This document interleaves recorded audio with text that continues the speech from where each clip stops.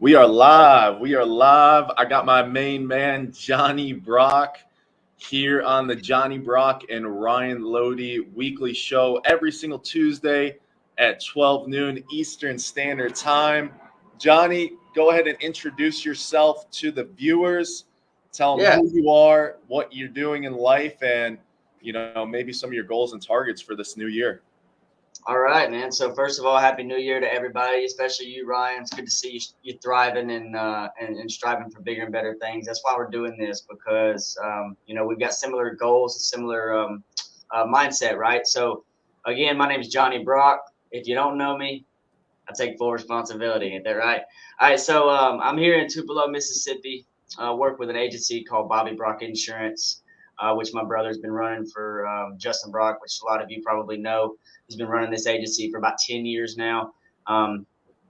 Build it up to pretty big heights, right? And just following in his footsteps. But something that I'm understanding is that with the role that I'm wanting to do right now is to just sell insurance, buy real estate. That's what I want to do, right? And that's my goal, my target. So I've purchased about in the past past 36 months I've purchased 4 homes.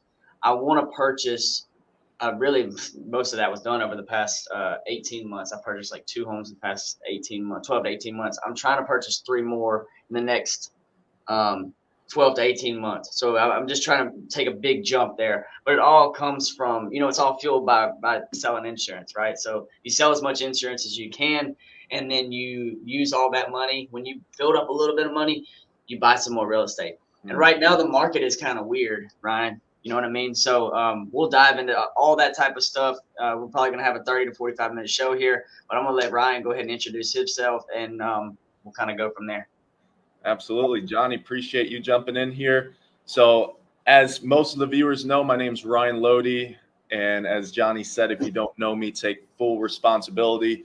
Owner of LC Financial Group, where, we're growing a 9-figure insurance agency, really focused on helping individuals create a multiple 6-figure renewal income in the insurance industry. And most importantly, we're flourishing and prospering in all 50 states. So we're opening up offices in all 50 states, multiple cities within each state, and really just focus on changing individuals' lives. And, something that you already jumped into is that, we're looking at, creating as much income as we possibly can in insurance and transitioning that into real estate, right? Or whatever, investment vehicle it might be, whatever investment you're looking at. You need to do something with your money instead of just creating income, keeping it in the bank, because basically if you're keeping that money in the bank, what's happening? That money is depreciating, that money is losing value. And next thing you know, you have all this money in the bank and now you want to spend it. You want to increase your living style. You want to get a new car, get new clothes, whatever it might be. And that's one of the biggest, pitfalls of insurance agents that I've seen, and salespeople in general. They create income, they create revenue, and next thing they know, they don't know what to do with that money. They don't know what to do with that money, and that money's just sitting around in the bank, making them almost nothing by it sitting in the bank, and it's going to get bored. It's going to want to be used, right? So one of the things that I'm focused on here at LC Financial Group is really helping individuals not just create income, but also how to transition into creating income because of their income instead of just because of their time, right? Because most of us are trading right now, currently, if you're watching this, 90% of the viewers, they're trading time for money. But how do we get to the point of trading money for time? And then also, how do we get to the point of where we're creating more money because of our money than because of our time, right? How do we transition? A lot of people don't know how to transition into that realm of like, I'm creating more money because of my money instead of because of my time. And also, I'm not just continually trading time for money, but I'm trading money for time so I can live the life I want, do what I want, and spend time with my family, go on vacations, eat out at nice restaurants, whatever it might be. Right. So that's something I'm really focused on, is because anyone can join a career or a job or an industry and change their finances. They can create more income. They can create more revenue. But how do they really transition into the point of like really creating true financial freedom and true indestructible wealth, right? And that stems into like using your money and investing it into the right vehicles, into the right investments, so it's creating money. You want your money to be having babies, right? So I'll leave it off with you, Johnny Brock, and that's what we're going to be talking about on a weekly basis, is how to transition from just creating income to creating passive income, having passive income that exceeds your earned income, right? That's what we really all should be striving for. Yeah, because when you create that, that's really where you should be that's the money you should be utilizing to buy the things, the materialistic things that everybody desires, right? So they get a little bit of money, they make $150,000 and they're like, oh man, I'm straight. This is great. They're using all that money to buy things that make them look great. When really, especially if you're young, like myself and you, we don't have the whole family thing going on. We're not spending a whole boatload of money on our wives and our kids. But at the end of the day, because of that, I get to take all that money, put it in the bank, and then when I get a certain amount, what do? I find a good investment to invest it in. And I actually, Ryan, I actually got started off. I was lucky. All right, so I'll give y'all a little backdrop here. Okay, so 2017. I was not in the insurance industry. I was working, working in the kitchen. I was doing landscaping, whatever I could do to make my $500, $600, $700 in a week to pay my bills and smoke some weed and whatever. And that's what I was doing, right?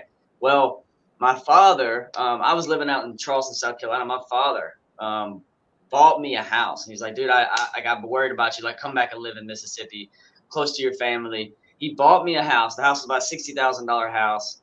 And I paid him if I had roommates, I paid him $500 a month myself. We ended up, as long as we paid $900, he didn't care, right? So first it was just me, and I was paying him $500 when it was just me. But if I had roommates, we paid him $900, something like that. He would always work out a deal. But he was hooking me up, right? It's a blessing, okay? Well, in 2021, because I was doing well, I bought the house from him, right? So the house is mine. I own it outright. It's a huge blessing, right? Because it was a $60,000 house. The majority of it had been paid off for almost 5 years. So I just paid what I owed him off. That was my first house, but huge opportunity there because I could get a HELOC. I could get a home equity line of credit on that home, right? So then I used that home to buy a cash flowing home. I actually bought it from my brother. So I'm big in recovery, actually. So like I've had drug problems in the past, alcohol problems, like just substance abuse problems, right? So my brother owned a home that was owned by or rented out by what's called, a lot of people probably know this, Oxford Sober Living. So Oxford Sober Living is a huge organization. They've got like 2,500 homes across the country, but none of their homes are their homes. They're all somebody else's homes. They rent every single home that people live there. They'll have like 8 to 10 people living in a house, and not 8 to 10 people. It's a community of people trying to stay sober and stay clean, right? So it's a wonderful thing to be a part of, especially when you're somebody like myself, right? So I bought that. I used that HELOC, that loan against the value of the house that I owned outright, to buy my brother's passive. It was already creating a passive income, right? So I bought that from him. So I rented that house out, right? $1,000 a month I'm making cash. So what I do, I take that $1,000. This is what everybody should do if they get into this situation. I got blessed, right? Not everybody's gonna get blessed like myself. But what I did is I took that, I'm making $1,000 a month over here. My brother, I used the HELOC loan as $100,000 loan. I pay him the $100,000, right? And then I make a deal with him on the side where I pay him $1,833 a month for 5 years. After that, I own the house 100%. So after 5 years, I will own those two houses at 100%, right? Well, right now I'm only making about $400 or $500 a month off of that deal, but it's an investment. I'm putting my money. I don't care about the money right now. I'm young. I'm single. No responsibilities except my dogs and myself. Like, I'm good. So it's all about where am I going to put my money right now? So even if you go into the hole a little bit, that's the way I feel. You know what I mean, Ryan? Like, even if I go into the hole a little bit, I don't care, as long as in the long run, this is going to create a serious amount of passive income for myself. And like you said in the beginning, it doesn't have to be real estate. That's just the safest bet, and it's honestly the easiest one to get into. But I'll hand it off to you and kind of let you build off of this. I'm not sure what you got going on. I'm interested to hear. But I bought a house last month that I am turning into a sober living with a partner of mine. So not Oxford Sober Living. I hit them up, tried to get them to do it. They didn't want to do it in Mississippi. They've only got one house in Mississippi. It's here in Tupelo, and they just didn't want to open up anymore. Perfectly fine. So I partnered with a local person. She's going to run the house. It's actually going to be doing it for women. The reason I'm doing it for women is because there's not a lot of women sober livings. There's not a lot. You could throw a rock and hit a men's sober living, but women's sober living they're just underappreciated. Like, they don't have it. So I'm partnering with her. And she's been running one for a few years now, and they've got like over 20 women in this big like warehouse house thing. It was like remodeled or something. But basically, I'm going to partner with her. We're going to open up multiple women's sober living homes together, and I'm super excited about that endeavor, because that is what I'm looking at over the next 18 months, is trying to do 3 or 4 of those with her. If I can do that, I will add within that small amount of time, I will add a significant amount of passive income. But the thing is, these are all investments for 10, 15, 20 years from now. Let's say I got 50 houses, or even just 25 or 30 houses, and I own a significant portion of those houses, and they're appreciating year after year after year. That can even be a business that somebody is willing to buy from me, because of all the real estate that's involved with it, because of all the income that you can prove that's involved with it. Somebody could buy that from me, or I could just unload all the homes, right?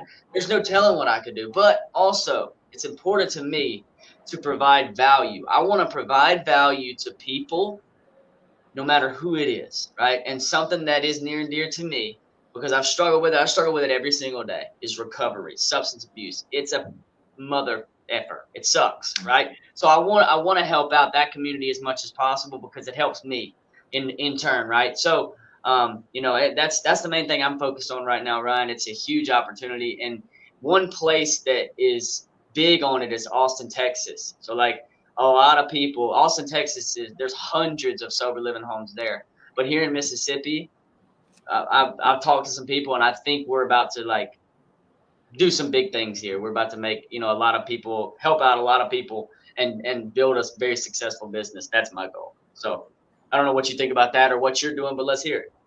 I love it. I love it. And I definitely want to acknowledge you and doing some big things like that. And really, as you said, Johnny, providing value and looking to change other individuals' lives. That's where, truly my fulfillment comes from, as being an entrepreneur, being a business owner, is like really truly helping other individuals' lives. And that's honestly what you're doing. Let me interrupt you. So one thing I will say about you, Ryan, is your entire business, and this is why I respect you so much, your entire business is built around making other people wealthier than they ever thought they could be. And I just love it, man. I love it. I think it's going to end up making you're going to reach all your goals and your targets, because that is your goal. And at the end of the day, I do believe that if you can make other people wealthy, you'll never, ever have to worry about hitting whatever goals you got. But continue on, my friend. I just wanted to put that out there. I appreciate it. Thank you for mentioning that, Johnny.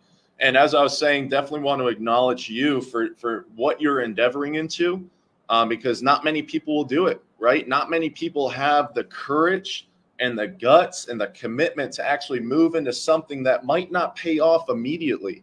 And that's honestly what happens. A lot of people, we create the income, we create the revenue, we have this money sitting around in the bank, but sometimes like we're not able to really move past the barrier or the blockage of taking the risk and investing it into something that we might not be 100% sure with, or maybe it's something that isn't going to pay off immediately, right? Like you said, Johnny, these investments that you're making, like it's not really profiting like this big amount right from the beginning, but wait 10 years, 15 years. And next thing you know, you have a business that you've built from the real estate.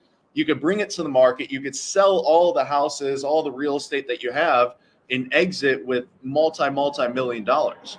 And that's one of the things that really holds people back from making investments, putting their money into something, is that like they're always looking for that immediate gratification. So being able to tap into the delayed gratification, being able to take risk with your money, right? I rather take risks on an investment instead of my money just sitting around in the bank, because the money's not doing anything just sitting around in the bank. So get rid of your money, go broke, as I like to stay broke as well, and start to create something that is going to create longevity with your money. It's going to multiply your money, right? So exactly what you're doing, Johnny, is investing it into real estate. And that's something I've done right when I got into insurance, let alone it wasn't my own real estate, but I was investing into, Grant Cardone's real estate fund, Cardone Capital. The first 100,000 that I made in insurance, once I stored away $100,000, the first thing I did, I'm like, man, I don't need this money. I can't have this money sitting around. I got rid of it. I put it right into Cardone Capital. And right now I have about $300,000 in there, and it gives me a nice little $1,200, $1,300 a month. You might not think that's a lot, but hey, it's my money's creating money, and I don't have to work for it. I don't have to do anything with it. But now, me personally, I'm moving into, hey, how do I start to invest into real estate myself? I'm looking at multifamily, looking at single family homes, renovating those, holding on to it for maybe a year or 2 years, and then flipping it. Something that I'm also looking into is creating a real estate fund with some of my family members. And people might be watching this like, whoa, like, you don't want to do business with family. It's always been put out there, that notion of, hey, don't do business with your family. Doing business with your family is not a good thing. But you're a prime example, Johnny. You and your brother are creating a massive empire, partnering together, and it's great. I love to see it. But something that I'm moving into is creating a real estate fund with my family members on my mother's side of the family, and really creating a name for my grandma's last name, which is Notek. It's going to be called Notek RE, Notek Real Estate. And, it's really just getting a select few of my cousins that are in it for the long-term gain and investing in the real estate, whether, we're looking at markets like Columbus, Ohio, Cleveland, Ohio. And, that's where we're kind of starting, because most of us are in Ohio, and really just creating a name and, building value for the longevity of the family. So that's something that I'm moving into, and something that we have going on within my organization. We actually have a real estate fund that our agents can invest into, that our partners and our executives can invest into, that's going to give an 8 to 10% annual return on their investment. And it's going to pay out monthly dividends. So they're getting 8 to 10% on their money. They only need to keep their money into the fund for 6 months. And then, hey, they could either pull the money out or they could keep the money in, right? So, and as I'm stemming back to what I spoke about earlier, really something that I'm passionate about is, man, helping people really learn the money game. Many people are uneducated about money. We don't have the financial intelligence. We're financially illiterate. Like, we don't know about money. We don't know what to invest into. We don't know when to invest. And ultimately, we are kind of trapped into keeping our money in the bank, right? It's a scheme that the universe has created. Like, keep your money at the bank, invest into houses, a 30-year term, and some things that I'm not a big believer in, right? So I really want to help people, like, hey, create income and then transition into investing into income into an investment vehicle, whether it's real estate, whether it's, hey, crypto. I don't know anything about crypto, whether it's solar, whatever it might be. Maybe it's, my CEO used to do like Pokemon trading or like card trading. You can invest into that. But as we both know, the most sure investment is going to be real estate, outside of ourselves, investing back into ourselves, and outside of investing back into our business. So it's a very good topic that we're going to be diving into on a weekly basis. Is like, man, how do you transition from creating income to investing? How do you transition from, keeping your money in the bank to taking the risk, being confident in what you're doing, being okay with the delayed gratification and investing into an investment vehicle, and also like what investments to look for, whether it's real estate, like we said, and that's what we're mainly talking about. So we both have some big things going on, and we're truly passionate about helping individuals.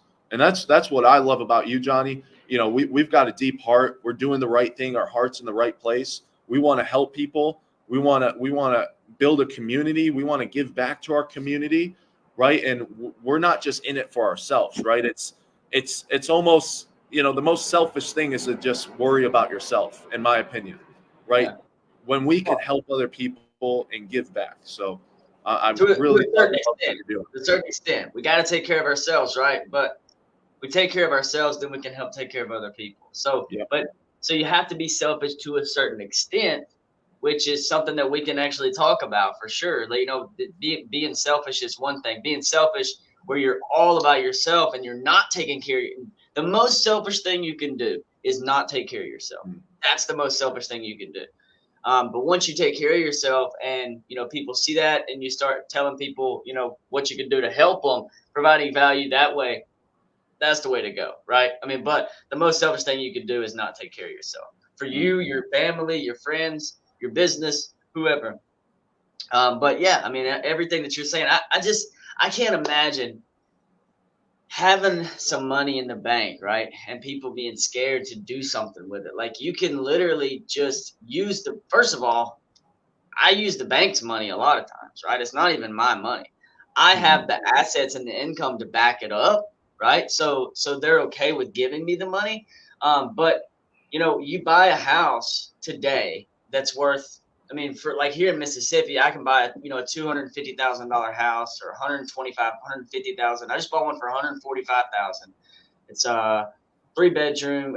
When I get done renovating it, it'll be about 4 bedrooms, 2 baths, about 1,800 livable square feet. I mean, it's a nice house. You know what I mean? And I buy it for 145, 150,000, and then in 10 years, that house will be worth $500,000. And just the idea that you're just scared to spend money, or you're scared to take out loans, or you're like, and also like completely disagree with Dave Ramsey on everything. Like, the idea, if you can utilize the bank's money to create income that is more than what you owe the bank. I don't agree. Right now, it's a bad time to get into single, in my opinion, unless you have the cash to buy it. It's a bad time to get into single family homes where you're using the bank's money, because I can tell you right now, a single family home is going to be $1,500 a month to buy. Right? You buy one for $150,000 to $200,000, $300,000 in some area. You can't. Mississippi has a good market for that, right? We got low houses. It doesn't cost a whole lot. So you buy a house, it's going to be $1,500 a month for 30 years or whatever it is, with interest and all that. That's what it's going to be. I got 2 houses right now that I'm paying for. That one of them's $1,300 a month. I pay $1,500 on it. The other one's $1,500 a month, right? So those 2 houses the bank has bought for me, but one of them I'm living in perfectly fine, right? If you're going to live in a house, that's fine. You pay $1,500. You're going to pay $1,500. That's what it is. The other one, I'm looking at it paying me $3,000 a month. That is the deal that I've worked out with the business that I'm partnering with on the sober living. So if it's paying me $3,000 and I'm paying $1,500, you do the math. I mean, I'm making money, but even if I was bringing in $2,000, right? It's an appreciating asset that I'm not paying for. Somebody else is paying for it for me. So even if, let's say, you buy a house and your payment is $1,500, and you're making, even if you're making $1,350 on rent, you're paying $150 a month for an appreciating asset that in 10, 15 years you can sell for, and you can raise the rent over the years, but you can sell it for, 25, 30, 50, 100% more than what you bought it for. It's just important to me to invest your money. I'm okay with losing just a little bit now. My goal is to not lose a little bit now, but if I do, I'm not going to kill myself over it. I'll be honest with y'all. I'm not going to lose right now. I'm just not going to. But even if I did, it would be better than letting my money sit there and the value of the dollar going down while my money is just sitting there. However, I will give a shout out to Cadence Bank in Tupelo. They give us 5.25% interest on our money. So I do keep a good amount in there, and I do keep putting money in there because it's giving me 5% interest, which is pretty solid. So, but still, I do take a lot of money. I have multiple accounts, and I have accounts that I use for when I stack up money in there. I use it to go and put down a down payment on another house. This last time, they didn't even make me put a down payment on it. They were going to give me a loan to remodel and to buy the house and remodel. So they were going to give me like a $200,000 loan. But instead of giving me the remodeling fee, they had told me not to do a down payment, and I just paid for the remodeling myself, which I was very happy with and much more willing to do than the contrary. I'm thinking about, a lot of times folks have the trouble, and like, people want to make investments, right? People want to make investments. They want to invest in the things that's going to help them create money, create passive income. And like you said earlier, stemming back to what you said earlier, like, you don't want to buy dumb things with active income, with earned income. You want to buy the dumb things with the passive income, but that's a whole nother topic there. But like, many individuals just have trouble with, like, man, when do I make the investment? How much money do I need stored away to actually make an investment, right? Like, a lot of people, and my answer to that is really just like, hey, like, you need to first have the discipline to store away at least $100,000 into your bank account. If you can't do that, if you can't create enough earned income to store away $100,000, you should not even be thinking about making an investment into an investment vehicle, right? Because the three best investments we can make are, number one, back into ourselves, as we both know, Johnny. Number two, back into our business. Or number three, which is what we're speaking about now, into an investment vehicle, right? But many people, they try to skip number one, they try to skip number two, and they try to just go straight to number three, which is investing into an investment vehicle, where they've hardly invested in themselves. They've hardly invested into their business. And now they're like, oh, I got $25,000. I need to invest it into real estate, or I need to do this or that. Like, no, like, you need to focus on creating income first, building the consistency, building the discipline to hold on to your money, right? And I know it's kind of contrary to what we're saying, and, not to keep money in the bank, but you need to have that discipline. In my personal opinion, you need to have the discipline to hold on to the money at first, get $100,000 into your bank account. And then you could look at, okay, real estate. Then you could look at, oh, maybe I'm going to invest it back in my business, right? Maybe I'm going to invest it back into myself, into like conferences, boot camps, learning more, right? So that's like a question I see all the time, and something that a lot of people run into is like, when do I make investments? How much money do I need to make investments? What are your thoughts about that, Johnny?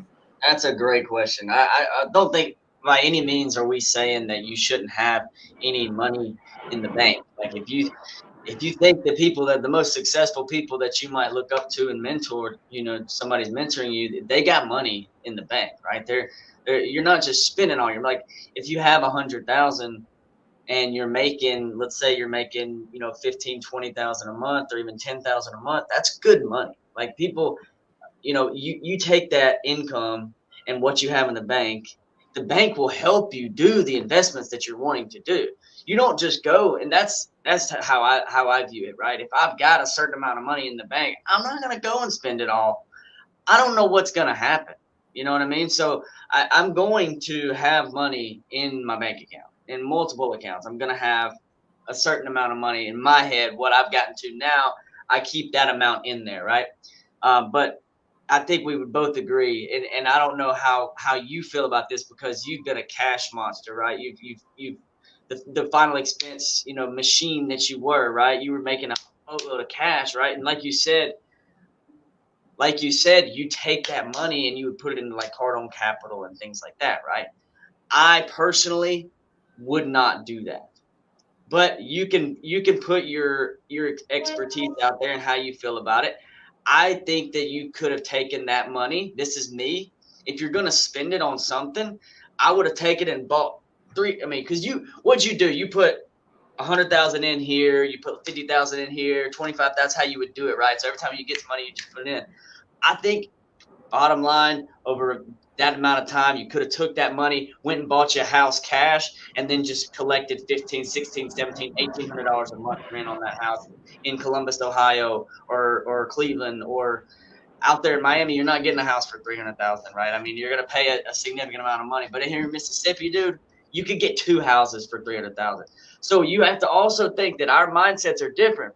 And this is a whole other topic of like moving out of your hometown, going to something bigger and being around bigger things, right? We have 2 different avenues that we're taking, right? Ryan Loede, Johnny Brock, similar, but we're different, but same, right? Right. So we're very different people. But I would have taken that money, and I know that this is a huge learning experience, and I don't think it's going to be a loss for you at all.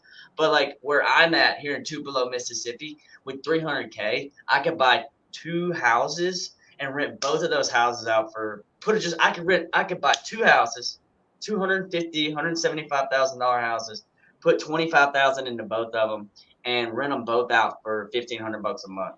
And for the rest of my life, I'm making $3,000 a month off of them, right? And that to me is how you should do it. But then again, do I save up $500,000 and then go buy a house cash or 2 houses cash? No, I don't think that you do that. I think you focus on your income, your monthly income. Once you get your monthly income up to a certain amount, you take that money and you say, hey, Cadence Bank, or hey, Bank Plus, or wherever, SunTrust, whatever your bank is, it doesn't matter. You go to the bank and you say, hey, I'm looking at this house. If I bring you a contract, what kind of numbers? Can you show me the numbers that you'll give me? They'll give you the numbers on the house. You bring them the contract, boom, they draw it up, takes 30 days, the house is yours. You buy the house, they buy it for you, it's in your name. Then sometimes you can even buy a house that's already got a renter in it, right? And if the numbers make sense, you go ahead and make the investment. Some people just want to get rid of homes. The one that I just bought, I'll tell you what happened. One of my best friends, someone was walking his dog and some stupid chump shot his dog, right? Just didn't want to live there because the guy was close by and he was going to like murder him. He hated him, right? He just didn't want to be there. And I don't blame him. So I was like, I'll buy the house. I'll turn it into an investment property where they're not going to have dogs. Okay. So that's what I did. Like I talked to him about it and I was like, hey, I'll buy you out from under this house. No problem. So that's what I did. Right. But some people just want to get rid of their houses, and they'll get rid of them for sometimes a good amount, a good amount lower than what you would think. But that's what I'm getting at, and what I'm trying to pinpoint here is the bank will pay for those investments for you. One thing I will say that's important, taxes, right? You need to show a certain amount on your taxes. My first year in, I made a good amount my first year. And I had people telling me, oh man, your gas, when you're out on the road and you're traveling on events and you're doing write all this stuff off and this and that. And you need to not listen to, I will say this, you need to be safe who you listen to on tax advice, right? You don't want to avoid paying taxes because they'll come back and get you. All right. First of all, but second of all, there's nothing wrong as long as you stack your money up. There's nothing wrong with filing fat tax returns, because when you go to get loans, they're going to look at your taxes, right? That's what they're going to look at. They're going to say, give us your last 2 years tax returns. And this is why I'm excited about 2024, because 2023, mine's growing like this. It's going up and up and up. And they're going to see that and they're going to be like, all right, buddy, what do you want to buy? We'll help you, right? Because, that's one of the, if you take anything away from this, don't try to hold back on your taxes. Look, I'm gonna tell you right now, the more money you make, the more money you're gonna have access to, period. Don't try to cheat taxes. Just pay your taxes, pay what you're supposed to, because it's all gonna benefit you and help you create cash flow in the end. All right, you're gonna have, the higher your taxes you pay, the more money you made, and that means that the bank is gonna see it and say, okay, we'll give you this much. And that's huge, Ryan. Like, I don't know if you've used the bank to buy any properties yet, but I know it's coming soon. Sorry, I just drank a shake.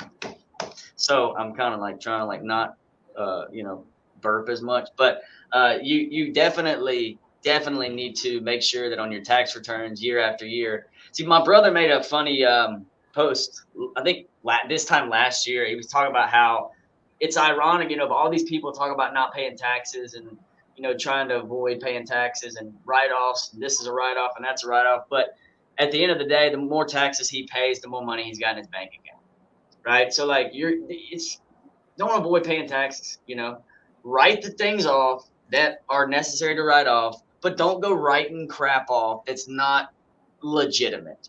Wendy's and Netflix is not legitimate. I had a guy when I first got into the business, and my friend was like, Johnny, you gotta talk to this guy. If you're gonna make good money, you gotta talk to this guy. I met the dude at a Chinese restaurant. We had lunch. He was like, yeah, man, everything's a tax write-off. Everything. Netflix, this and that. And I was just like, all right, cool. I didn't talk to that guy anymore because that's stupid. That doesn't make any sense. Your Netflix account is not a tax write-off. It's not. Mm-hmm. It's not. You're using it at home. You're using it, your friends are using it half the time. Like, it's not a tax write-off. And, if you have a business dinner in Miami because you're there for a Grant Cardone event, that can be a tax write-off, right? That's a tax write-off. But Netflix is not. It's not a tax write-off. But, it kind of got off topic here. But it's really not off topic. It's not. Use your taxes to your advantage, period. The higher tax bracket that you're in, the more taxes you pay, the higher your income is, the more money the bank is going to give you to invest and create more passive income. Yep. There. That's it. Done. Boom. I love it. And we actually had a viewer actually say something. If you write it all off, your AG1 or AGI will be too low for a bank to consider you for a loan. Unreal advice right there. Definitely.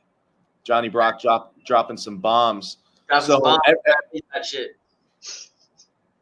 Every single week, we're going to come to you guys at 12 noon Eastern Standard Time on Tuesdays. We're going to show you how to master creating money because of your money instead of creating money because of your time. We're going to show you how to transition from trading time for money to being able to trade money for time. And we're also going to show you how to create more passive income than your earned income. So come join us every single Tuesday at 12 noon Eastern Standard Time. Anything you'd like to leave the viewers off with, Johnny? Hey, Happy New Year. Go kill it. Message me on Instagram, Facebook, The Real Johnny Brock. Also, YouTube, The Real Johnny Brock. Not much on there yet. Bear with me. But a lot going on, a lot happening in 2024. I know for me and my friend Ryan Loede here. But here at Bobby Brock Insurance, we are doing some major stuff. So we grew 100%, by the way. 100% growth for Bobby Brock Insurance from 2022 AEP to 2023 AEP. So we did killer, and we're going to continue to have that growth. We just bought a new building over by the airport in Tupelo. I know people are like, Tupelo, Mississippi has an airport. Yeah, we got an airport. That's where our PJs fly out of, okay? So we're going to be right behind the airport. We have a new 12,000 square foot building. Super stoked about it. It's a lot of fun, guys, to just grow and build a business with your family and your friends. And I will also say this. I want to say something else, right? Not everybody wants to be super wealthy and create a huge business and do all this stuff that a lot, some of us want to do, right? I'm outspoken about it. Ryan's outspoken about it. I'm building a business here with my brother, right? And I've got people in here who just want to have a good income and raise their family and provide for their family. See, Ryan is trying to help people do exactly what Justin and I are trying to help people do here. Create financial freedom for their family. Not everybody wants to build a 9-figure insurance industry or insurance agency, right?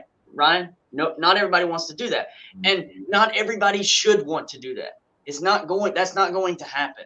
But what is important to note is that if you're in the position to be this is why a lot of people will say, don't go LOA.